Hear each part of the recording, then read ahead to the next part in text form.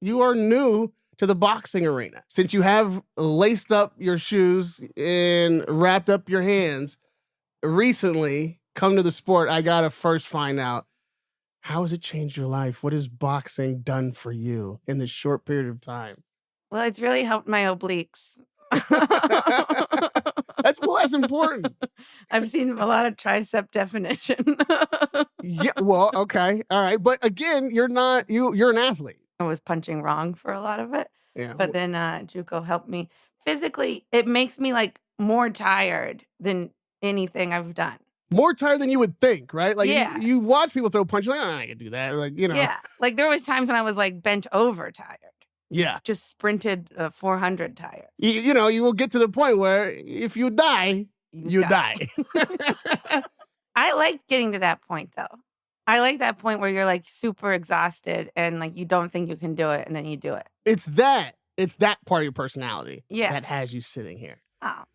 If you weren't the type of person that responded to that kind of adversity that way, you wouldn't be who you are today. Maybe. I feel like this is the interview that gets me canceled. As a broadcast journalist, I've spent my life traveling the world and made my living interviewing the greatest fighters of all time. When boxing shut down, I finally had a chance to look around this world of conflict and could see the fight in everyone.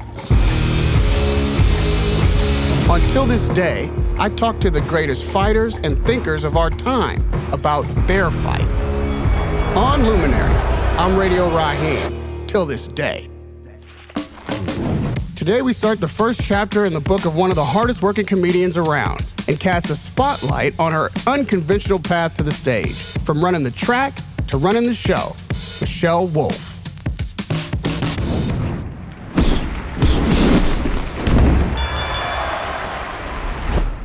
Chapter 1, Fired on Your Day Off.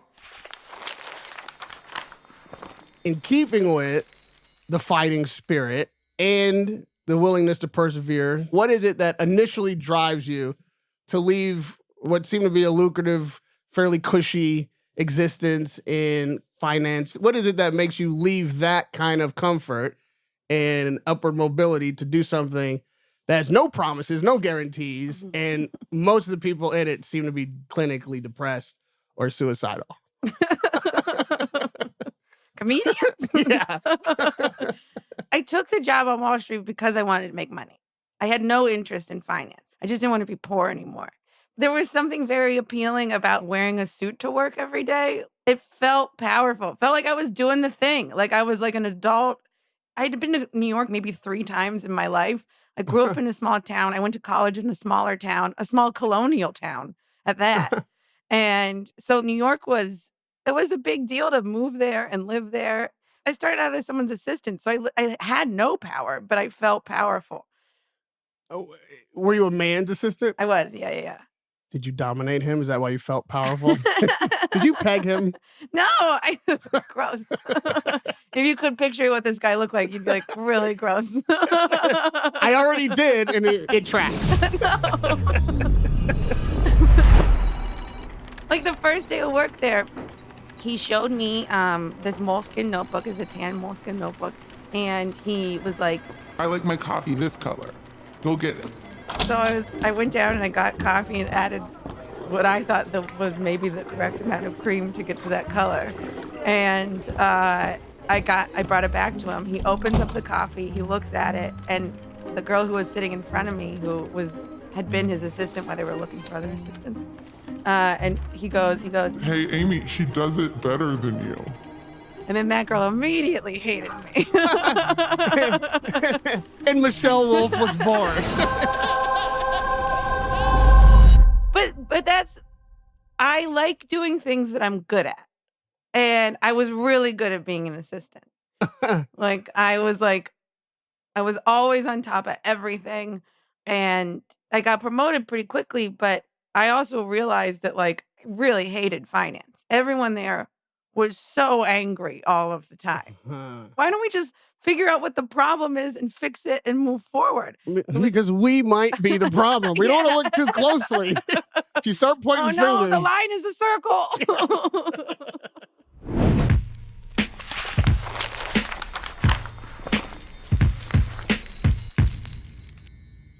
know if you know, when I started on Wall Street, it was quite a bit of a tumultuous time in the financial industry. I started in July of 2007, was working at Bear Stearns. Bear Stearns is what I always say, the bank that was just the right size to fail. Right. Because it really did. March of 2008, the bank's failing. A couple weeks earlier, I'd gone to see a taping of SNL, and I'd always been such a big fan. So I just Googled everyone on the show, and they all started an improv. So I just signed up for an improv class. And it was like the week the bank was going under was my first improv class. And like I went in my suit and everything. I didn't even bring a change of clothes.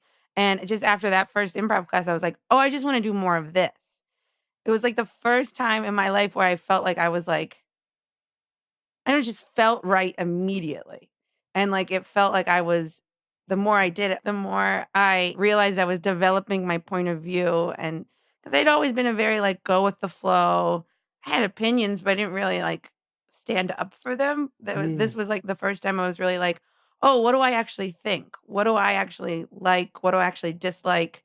And I just wanted to do more of it. So I did as many improv classes as I could. I went to as many shows at night as I possibly could. I mean, there was nights where I'd be out until like midnight or 1, and then I'd have like a 7:30 meeting.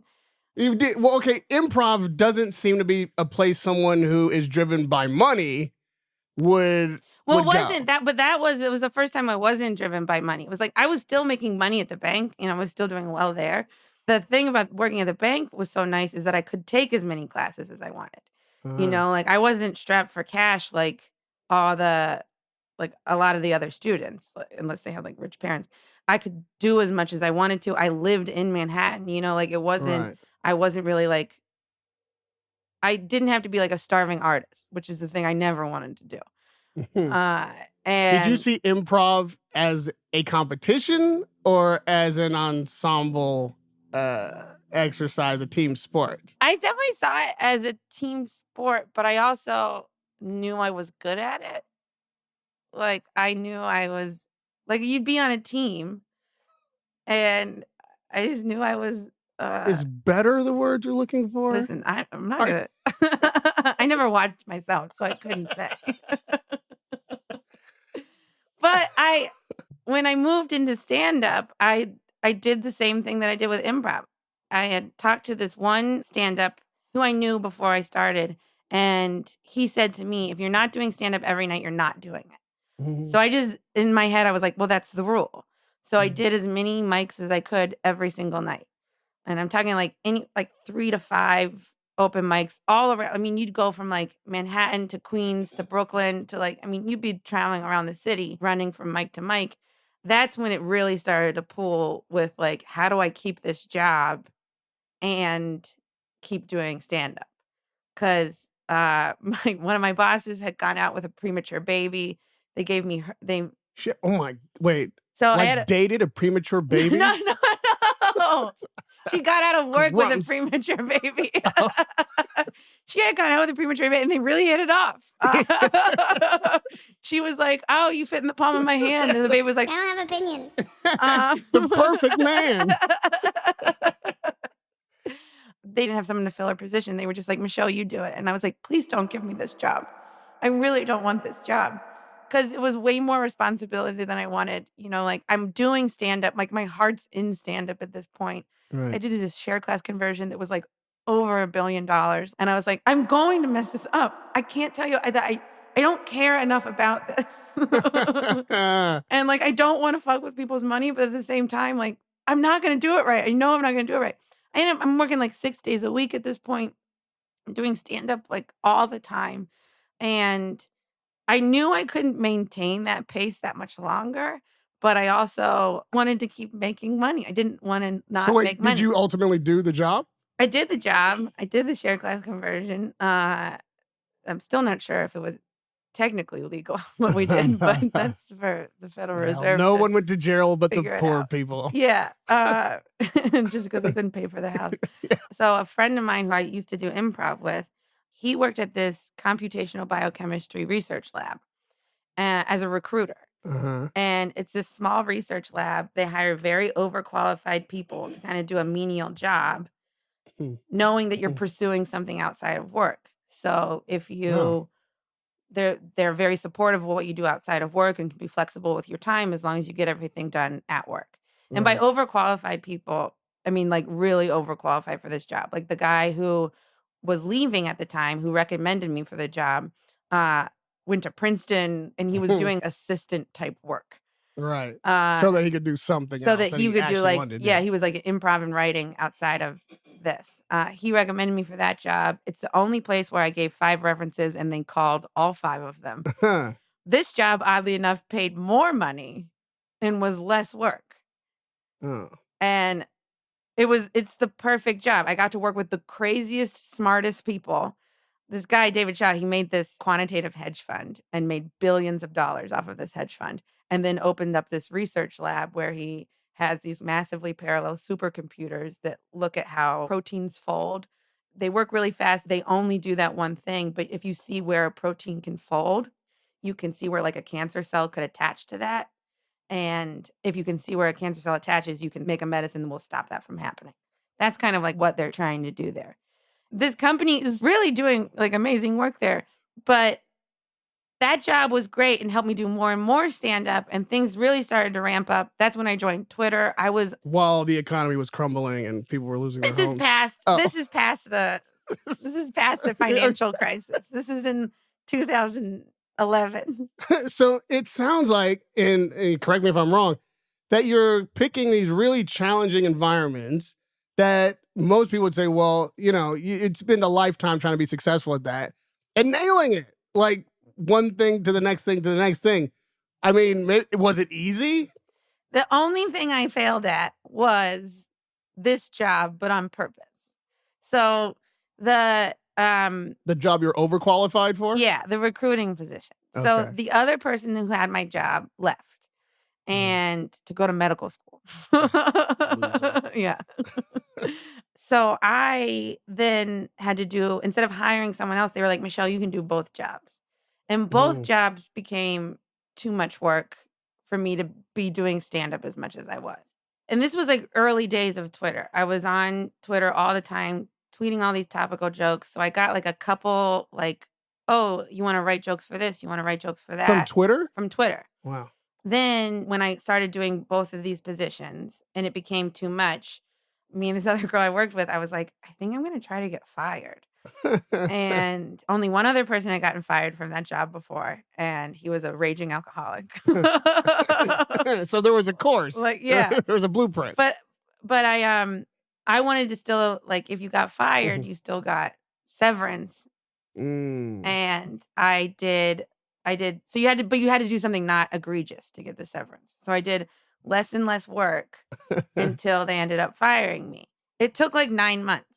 And it was so hard. I mean, like... So what's the breaking point for them? Like, okay, this woman is just doing nothing now. So how does this happen? Part of what I had to do is when we have scientists come in we were recruiting new scientists all the time. So when we had scientists come in, I would be the one there to greet them, make sure they had a good day, whatever.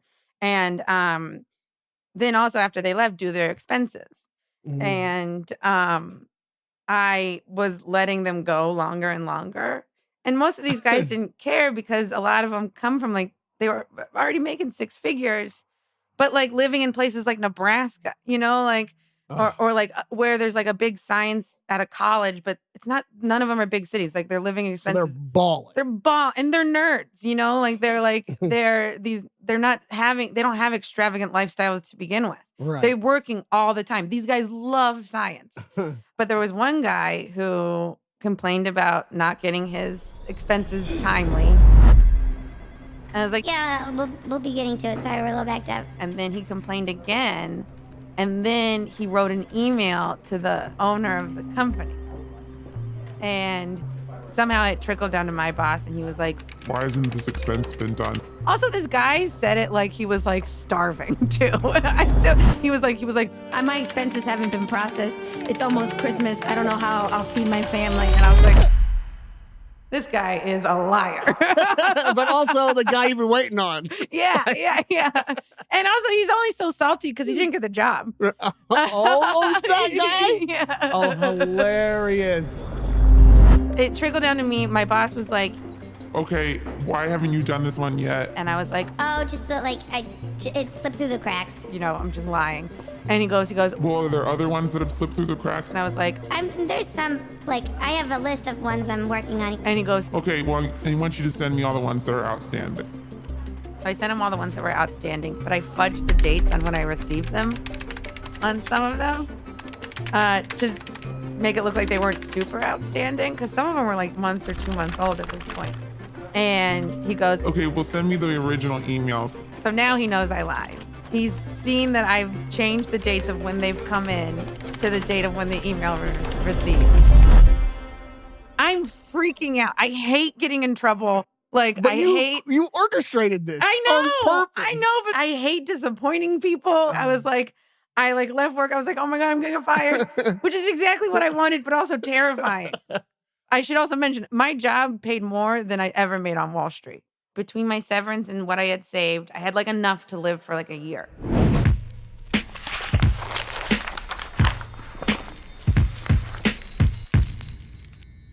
I'm living in Brooklyn at this point. I can't sleep, but I'm working all the time. But now it's real. Now you're working because this is your job. I have no safety net. I'm Right. writing jokes every day. I'm tweeting jokes every day. I'm going to as many mics and as many shows as I can.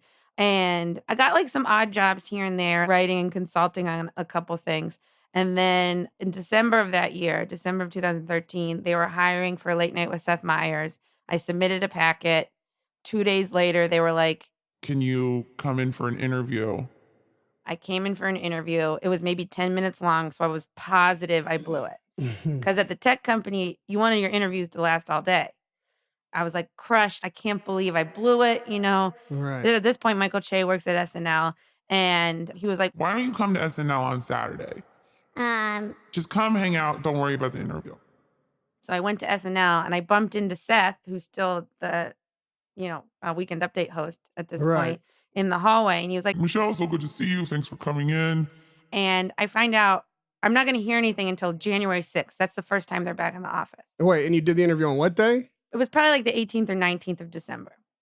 Yeah, so I have this excruciating 3 weeks. Terrible, terrible. Okay. I get a phone call on January 6th that I do get the job. I get the job. I'm so excited. It's almost a year to the day of losing. I said a year saved. It's almost a year. It's a week before that year was up. Right. So from the time you find out you got the job to the time you're actually sitting in the writer's room with other writers, how long is that? A couple days. Oh, it's a week. I think it was I got hired on a Monday. I think I started the next Monday.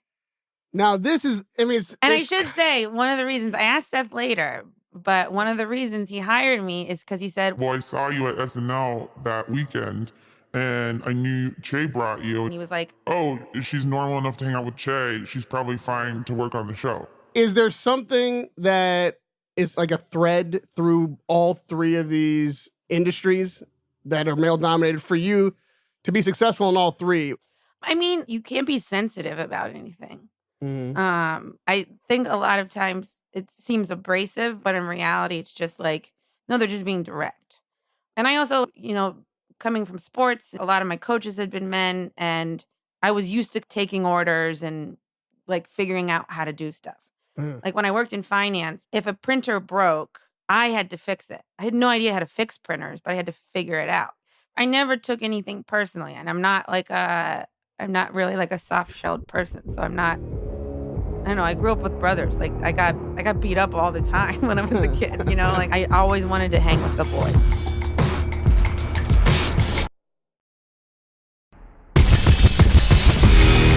Every fighter comes to win. Every comedian wants to kill. But what do you do when you're supposed to throw the fight? Chapter 2, Train hard, fight easy. You seem to be going from thing to thing and finding challenges in it and just hurdling those challenges for the sake of doing it. Is it that people tell you can't do something, or you see something that seems impossible and now you have to do it? How are you snowballing these careers? It's always self-motivated. It's not it's not coming from a I was disappointing as a child, or, like I've always self-motivated, like I remember when we were getting into high school, you could either take earth sciences or biology, and biology was like the more advanced class. And my mom was like, I think you should take earth sciences because I just don't want you to have to work too hard. and I was like, what is that? Like, I was like, why would you ever say that to a kid? Don't work too hard? The number of times my mom would be like, she'd be like, even in college, she'd be like, Okay, don't work too hard. like, I'd be like, why are you saying this to me? That's a crazy thing to say to somebody. Like, it should always be like, Work as hard as you can. and I'm sure a lot of, I've always tried to be the best at things and gotten away from that in a healthy way recently. But I've always wanted to excel, not for anyone else but myself. And what did you find unhealthy about perfectionism? Well, I realized in stand-up, that's a really silly thing to want to be perfect. So much of the good stuff comes from imperfection. Some of the stuff that I've been doing recently, which is don't go up with your notes and don't just depend on your written jokes. Getting a writing job on a late night show, a network show, is a big deal. What's that like? I'm working at this job. I'm terrified I'm going to get fired. And we were all kind of split up into categories at Seth. Some people were just monologue writers. Some people were sketch writers. And then there was very few of us, including myself, that did both. So I would do monologue and sketch and tried to work really hard. Same story. Was terrified I was going to get fired. About a couple months into working on the show, Seth called me and this other writer, Seth Reese, into his office. And I was like, oh my God, what did we do? This is it. And he ended up promoting us to supervising writers. So I was like, oh, I didn't get fired. I got promoted. And how long was that before you got promoted? A couple months. Jesus. So how many other women are in this writer room? At that time, at the very beginning, it was me, Amber Ruffin, and this other woman named Allison, who didn't stay that long. But right now, I think there's 1, 2, 3, 4. There's at least 4 women in the writer's room now. Did they all start when you started, or were they already Me and Amber started. Amber's the only one that started from the beginning. We started on the same day. She's ridiculously funny. Yeah. Amber and I are very close. We love doing stuff together. We've hosted a few things together. She's phenomenal. We've talked about doing a show together. We really get along very, very well. And we have a completely different comedic points of view. She's a very happy, politically correct, and I'm very not that.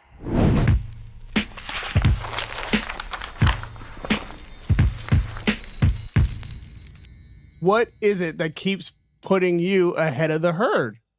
And quick. It's not like you're toiling away at these jobs for years and years and then finding your break. You're killing it. I don't know. And so profound when you speak about it. What do you mean? It's something. Are you even thinking that way, or are you just blinders? No, I told you, I was so scared I was going to get fired that I was I was working so hard. When I first started at Seth, because the show didn't launch until February of that year. I'm still working at Seth every day and doing stand-up at night. Right. And I also got passed at the Cellar. First month or so that I worked at the Cellar, Esty would give me a spot every night, but the spot was after midnight. All right. So I would finish working at Seth. I'd go home. I'd go for a run. I'd shower. I'd still have an hour before my spot. I'd do a set at the Cellar. I'd hang out for a little bit. I'm out these nights until 2 or 3 o'clock in the morning. I have to be at Seth at 9:30. I'm really burning the candle here. And is this about the time when you feel like you're finding your voice, figuring out who you are in this genre? Yeah, silly for sure, but also a little dark. If you look back to that stand-up set, I had a joke about how I went on vacation by myself, and I had a great time because when I got there, I told everyone, this was supposed to be my honeymoon. And I had a diabetes joke, type 1, type 2 diabetes, how it's not your fault diabetes and mostly your fault diabetes. And then I had this long tattoo bit where it was about my friend who got a tattoo on her wrist that said shine. And then I was making fun of her about all the tattoos I would get. And it's this long, very silly bit. And my style at the time was trying to look at things from the opposite way that I saw most, particularly women, looking at them. Right. Which I think set me apart. Were there notable changes once you'd been on national TV? You did well. The people you work with respect you as a stand-up. It was perfect because I saw like Seth double over laughing during one of my jokes. And I was like, okay, it's going okay. Yeah, we got this one. Well, if you didn't do well, you had to keep working there. And we know how much you love getting fired. It just kind of all crescendoed from there. You know, I hadn't done anything controversial yet at this point. Really, doing the cellar every night propelled me forward the most. Because when you're there every night, anyone famous that comes by, they're probably going to see you. And Esty, who I can't thank enough, anytime someone was there and I was on stage, like someone of note, she'd be like, you have to go down and watch her. And that's how I met Trevor. That's how I met Louie. I've not met Chris at this point. I got a phone call one day. I got a voicemail. This is like a no caller ID on my phone. And I got a voicemail and I listened to it and it's Chris Rock. And the voicemail is like, I got your number from Hannibal Buress. Can you give me a call back? I want to discuss something with you. I remember seeing Seth and going, I just got a voicemail from Chris Rock. He said to call him. And I was like, what should I do? And he goes, call him. And he was like, I'm hosting the Oscars this year. I've heard you're a good joke writer. Do you want to write for me at the Oscars? Okay. So I was like, yeah, of course. Now, you're writing for a guy that obviously is an established comic. He's a writer himself. How do you get into the voice of someone else, or are you giving him your voice? I like writing for other people because I can get into their voice. You know, you're going from writing for like a straight white man to like a black guy, like a silly black guy too. Right. And so like it's just like wildly different jokes you can write for the both of them. This is the first thing that you're describing. It's not selfless because you're making money. You know, your career is moving forward. You're writing for fucking Oscars. That's a big deal. But someone who is actually selfish would be trying to instill their voice instead of taking the challenge of actually writing for them. You'd be writing for yourself and giving it to them. Thinking in other people's points of view helps me expand my own point of view. Right. So there is some selfishness into it. I can see how it benefits me in the long run. I would just call that smart. I'm trying to give you a pat on the back here, Michelle. I don't like compliments. There's not many coming this way, so take the ones you get. I haven't heard anything about your family. Your mother, I mean, is she upset now that you're working too hard? Like, what's happening in your personal life while your professional life is becoming a thing of public consumption? I don't really have a personal life.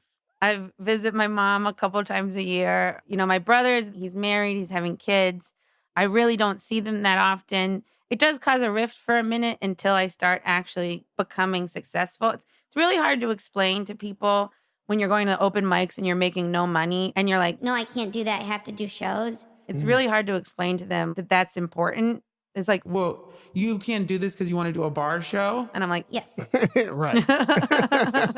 It wasn't until after I actually they saw where it led to that they were like, sorry, you were right. You know, like, and I was like, no, I understand why you would think that that's, you know, my nephews. Like, they were like, if someone had told me I can't see your kid because I got to do these bar shows, I'd be like, yeah, you're a fucking bitch. You know, like nothing matters more than this. Everything. Those girlfriends I talked about, they got mad at the same thing. Like they would come to New York and be like, let's hang out. Okay, but I got to do shows all night. Are you getting paid for them? No. So you can't take the night off? You can't take the day off? Are you enjoying this success yet? Like, hey, this is working and there might be some of it I can enjoy. Like take my foot off the gas a little bit. I guess I never thought about that. I just wanted to keep advancing and keep doing things that would benefit my career.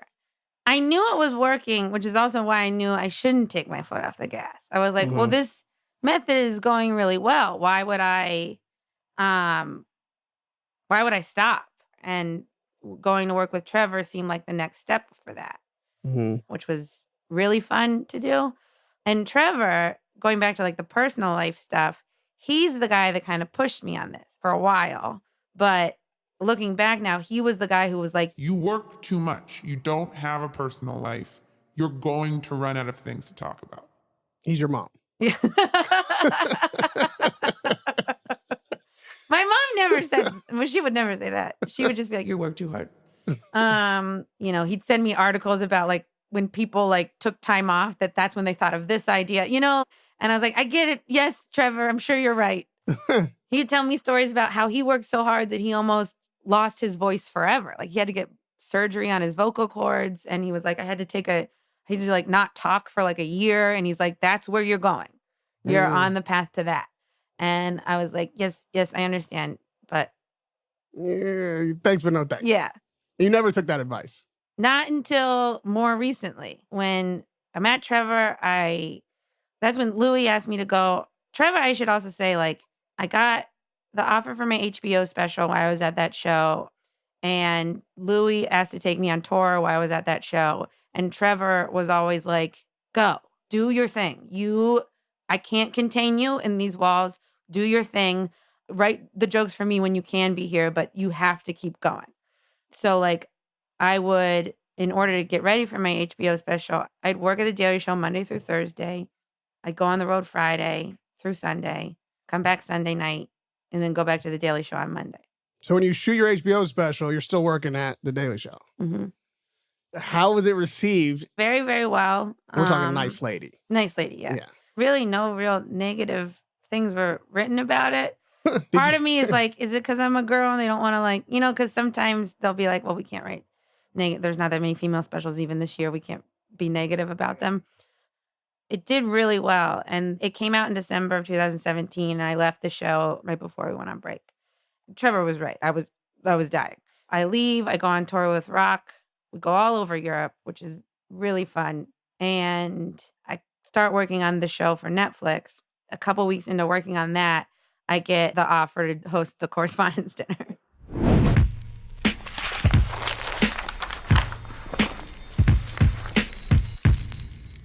You have incurred no criticism or very little, probably just from trolls and morons that don't matter really. Yeah. But the Correspondents' Dinner is also a natural fit because you are writing monologues for late night TV. That has a lot to do with politics. You're on The Daily Show, which is all politics. You're funny. Well, okay. And you're a girl, so how bad she gonna be? Mm-hmm. And it's literally what the lady said. Like, I remember at sound check, she was like, what's your gown look like? And I was like, oh, I'm wearing a suit. I had gotten a tuxedo that I really liked, by the way.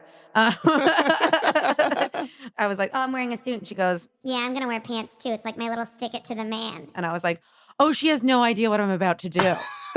Also, not wear pants. Yeah.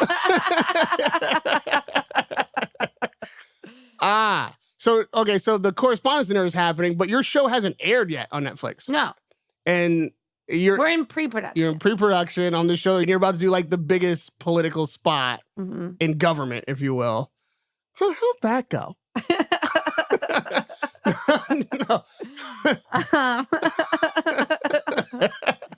I have never seen such an immediate response to something.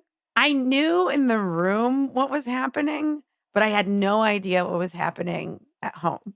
Oh, in the homes of everyone everywhere at the same time? Yeah. And like, not a lot of people, I don't think it'd been controversial really since Colbert did it. So I don't think anyone was expecting anything. And as much as Hassan was maybe critical, no one was like, oh, that's crazy. Because he only went after Trump. I went after the media. Right. Everyone always says, they're like, you really went after Trump at the Correspondents' Dinner. I was like, I sort of did, but I really went after the media. Which is a wild enemy to pick. Let me tell you from experience, we're very petty. Yeah, I got that. You're in every home in America, and you pissed off the media. What then happens to your life? On the way to the after party, I remember seeing, what's his name? The old press secretary. Spicer. Yeah. Spicy. We can't even remember his name. I couldn't at least. I remember seeing him tweet something about how it was like abhorrent, and I just responded, thank you. This is like really blowing up. Okay. Blowing up sounds like a good thing. Like, especially if you're in entertainment. Hey, your movie blew up, your set blew up, it's not. But your bomb was like, you blew up and destroyed things. Yeah.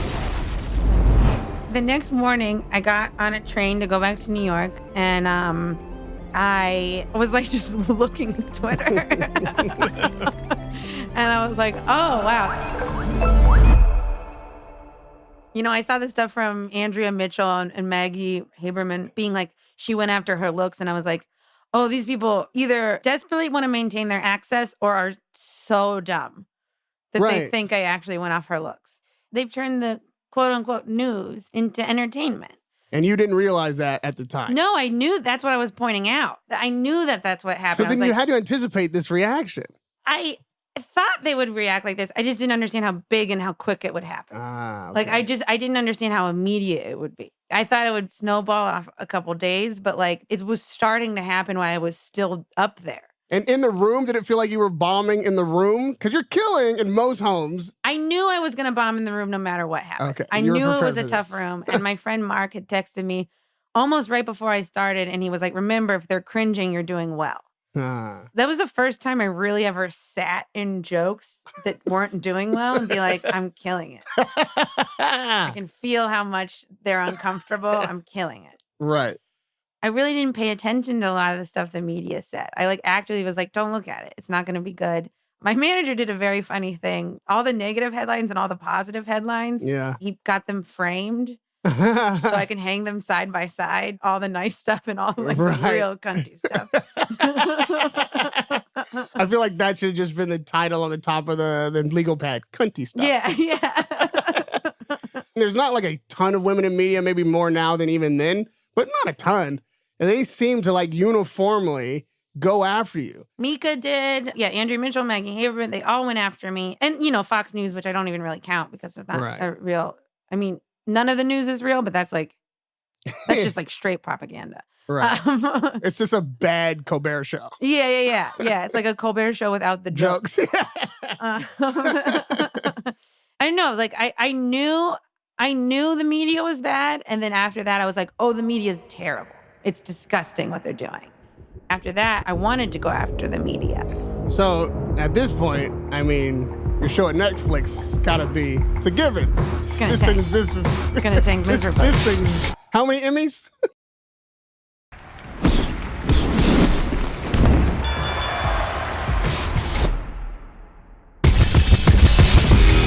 Mike Tyson famously said, everybody has a plan until they get punched in the face.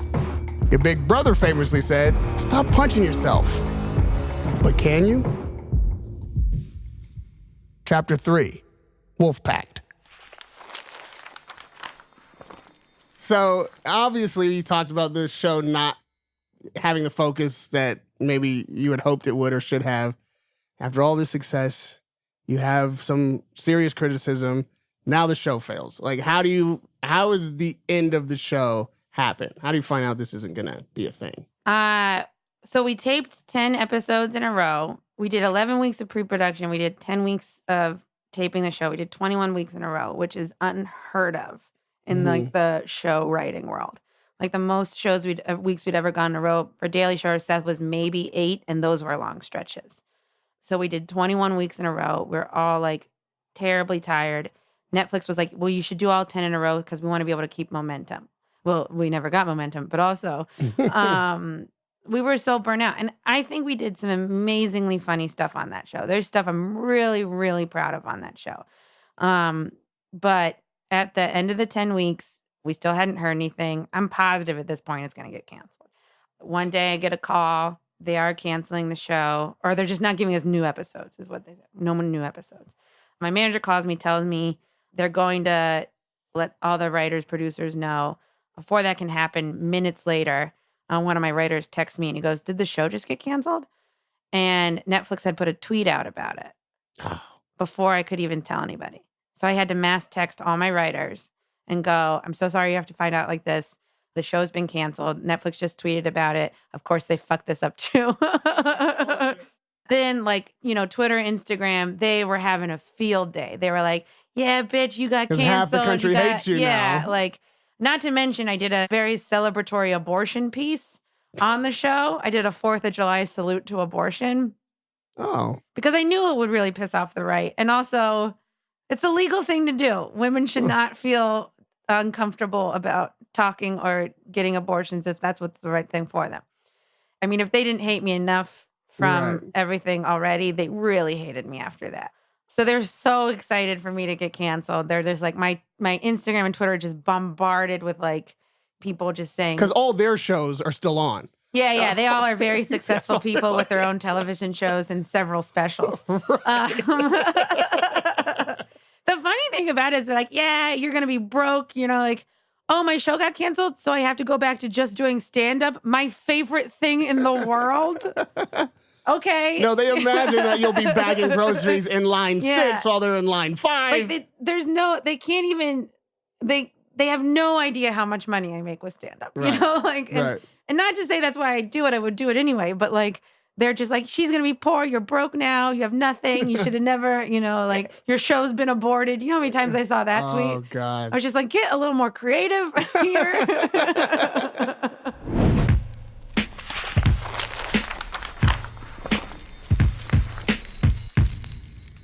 So, but maybe Trevor Noah's warning, is it coming to fruition at this moment? Is it a bit of a burnout moment?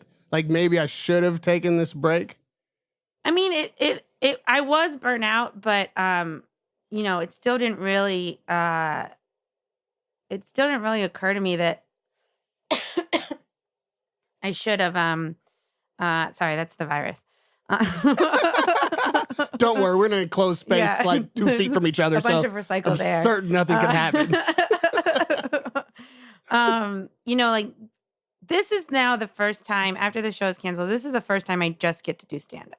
Mm-hmm. I've never in my career, other than that year I took off, which, you know, I'm still at open mics at that point, so I'm not really doing stand-up, this is the first time I actually get to concentrate on stand-up.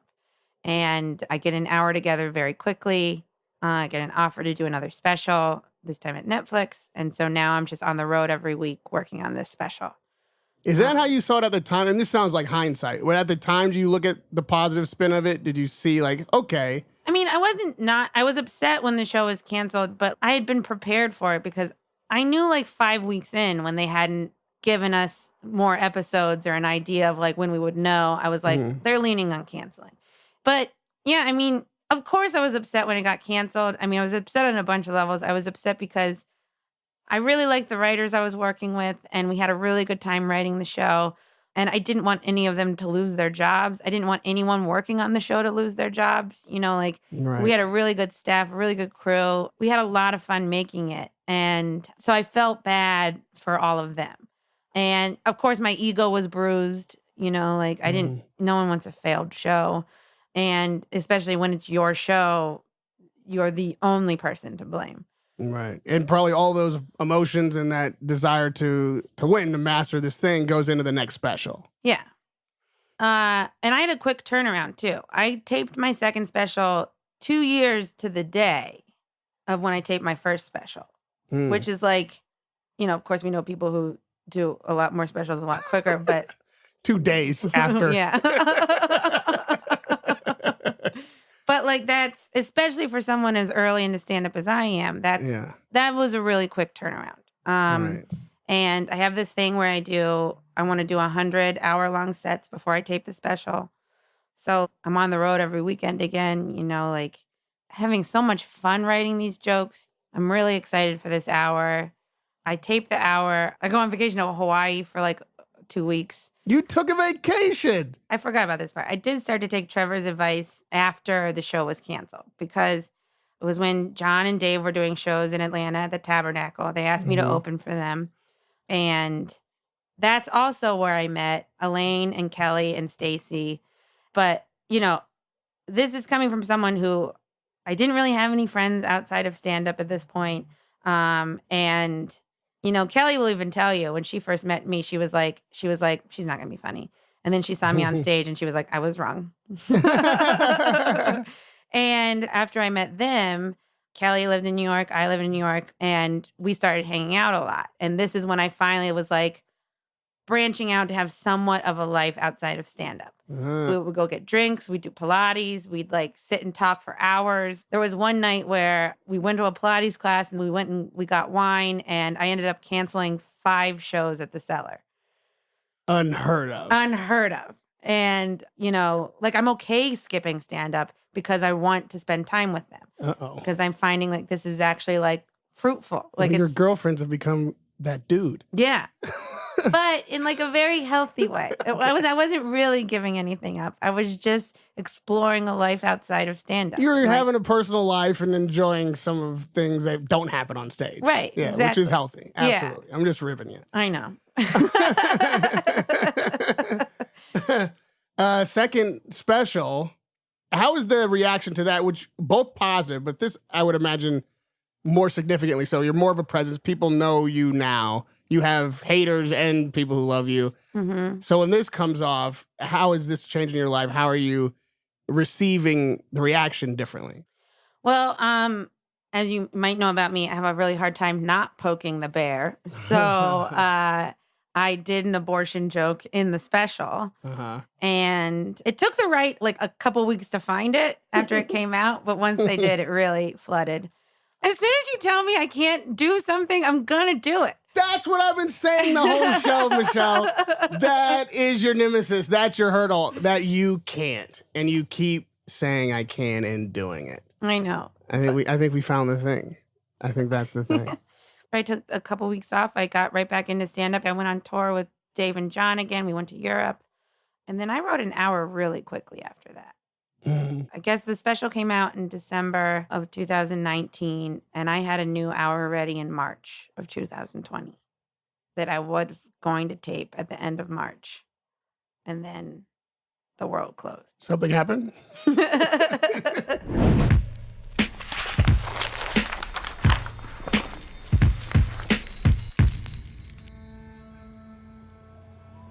So right before everything shut down, I was supposed to come to Yellow Springs to do a charity for the Antioch School. This is Yellow Springs, Ohio. Yellow Springs, Ohio. People will have to Google that. Yeah. It's the Antioch School. It's a school that Dave Chappelle's children have gone to. I'm coming to do this charity show. They do one big charity benefit the whole year, and I'm the performer. Making sure that there was like, they know the kind of jokes I tell, right? And they did. So it was all abortion? Yeah. Who needs to raise funds for school when we're not going to have any more children? Please get drop kicked outside. So the show is supposed to be on the 14th of March. I find out a couple days before it is in fact getting canceled. But Elaine Chappelle, Dave's wife, who is one of my dearest friends at this point, she was like, just come out to Ohio. You already have the ticket. Come out here. Spend the weekend here. You know, we'll have fun anyway. I come out. There's more and more news about this. New York's getting shut down. She's like, why don't you stay out here for a little bit? Like, I'd rather you be out here than back in New York. We think this is going to last 2 weeks. Still no accent. Thank God you weren't staying in Xenia. Again, just Google it. I do have a little bit. I mean, I have my own salad accent, but and so I end up spending the majority of quarantine at the Chappelle's house. But now this is coming from someone who is running from show to show every night, on the road, on tour constantly, just did 2 specials in 2 years. Mm-hmm. You're writing on multiple shows, or at least probably taking like one-off gigs to write, and so busy. It was like people are begging you to take a break. Mm-hmm. And now you're sat down by force. Like the world is shutting down. Is there a period where you kind of like don't know what to do with yourself? Is it a relief? Like how do you go from that kind of pace to like a screeching halt in, of all places, Yellow Springs, Ohio? It was really hard at first. Like I didn't know what to do with myself, and I also couldn't think of anything to write. Like I couldn't think of anything funny. Like it felt like my brain was broken. So like I'd sit down and even try to write, and I couldn't think of anything. I felt very unfunny. I didn't know what to do with all this time. Was like a little bit depressed, you know, like I think I went through what like a lot of people went through, but just like I like I say, like I've been running all the time, like physically, like metaphorically, literally and metaphorically running all the time. And this is the first time I'm actually sitting down. I'm forced to stop. I'm forced to take stock of my life and realize what's missing from it. And at the same time, I'm staying with a family who loves each other and like has a wonderful dynamic. And I'm for like realizing how beautiful that is. And then like, you know, going back to the guest cottage every night and being like, wow, I have none of that. Mm-hmm. Like but I have Elaine a couple doesn't have a special. So Elaine doesn't have two specials. Pardon me. Or a failed TV show. So, you know, I'm you know, like it really is making me take stock of everything. And I'm sure a lot of people went through this, but like I'm realizing I have these things missing and that like, yes, I've been really successful up until now. And I hope to continue to be successful, but there's room for other things in here. You know, like it feels nice to be in a home. It feels nice to share like experiences and time with people. It's nice to take care of people. It's nice to be taken care of. These are all things that I was just like, no, I'm independent. I don't need anybody. I don't need anything. And then all of a sudden, I still don't need it, but I realize that I want it now. And you want to come back to New York to like a square-jawed, chisel-chest husband and who's a stay-at-home dad, changing diapers and like, you know, what, honey? I mean, preferably he has the ambition as well. Well, you don't get a square-jawed and chisel-chest by accident. He's at Equinox like twice a day. Well, now I think he's gay. This one might last. No,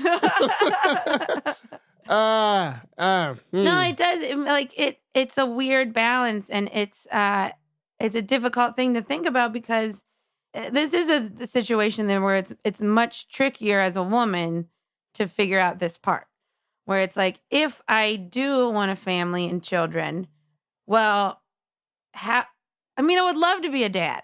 You guys are killing it. You know, it's a lot tougher for me. I mean, first of all, I have to have the kid, and then you know, like to find a balance where I get to be on the road as much as I want to be, and don't feel like a terrible mother is I don't know if that exists. So you could just put the kid in pageants in every city you're in. Yeah, but then I gotta go to the pageant. I don't want to spend my time. You don't have to go to the pageant. You just have to beat the girl when she comes home. She wasn't good enough. Okay. Well, we now know why neither one of us are parents. Right. I killed all the children, and you beat them. But she is Miss California, so it all worked out. Michelle, I don't think you can be the greatest comic ever. Certainly not the greatest female comic. I think you can. So now I will. I hope you do. Joke's on you. You figured it out. Well, success in winning all of these rounds thus far in that fight, because what we talked about today, I think, is an inspiring story of someone really meeting challenges and overcoming them in the most crucial moments. Like, you're really doing your thing and doing it well and doing it fast. You make it look easy. I know we're all having fun watching you do it. It is really a joy. So thanks for that. That's really nice. I'm going to deflect the compliment into my cup of coffee. You want to have a cookie? Oh, I get a cookie? I got a cookie. Is this one of your mom's cookies? Listen, do I eat any other kind? Let's get some milk and dunk these babies. Okay.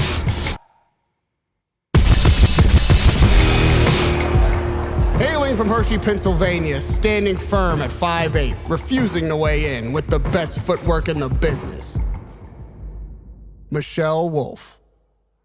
To this day, Radio Rahim. To This Day is a Luminary original podcast.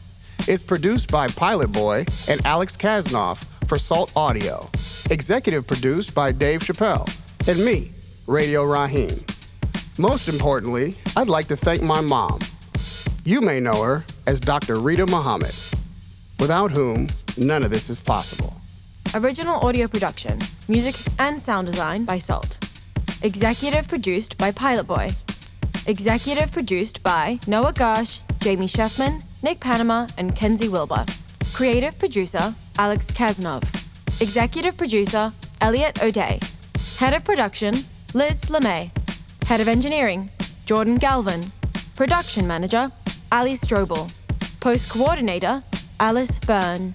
Edited by Geoffrey Mutchnik. Mixed by Salt.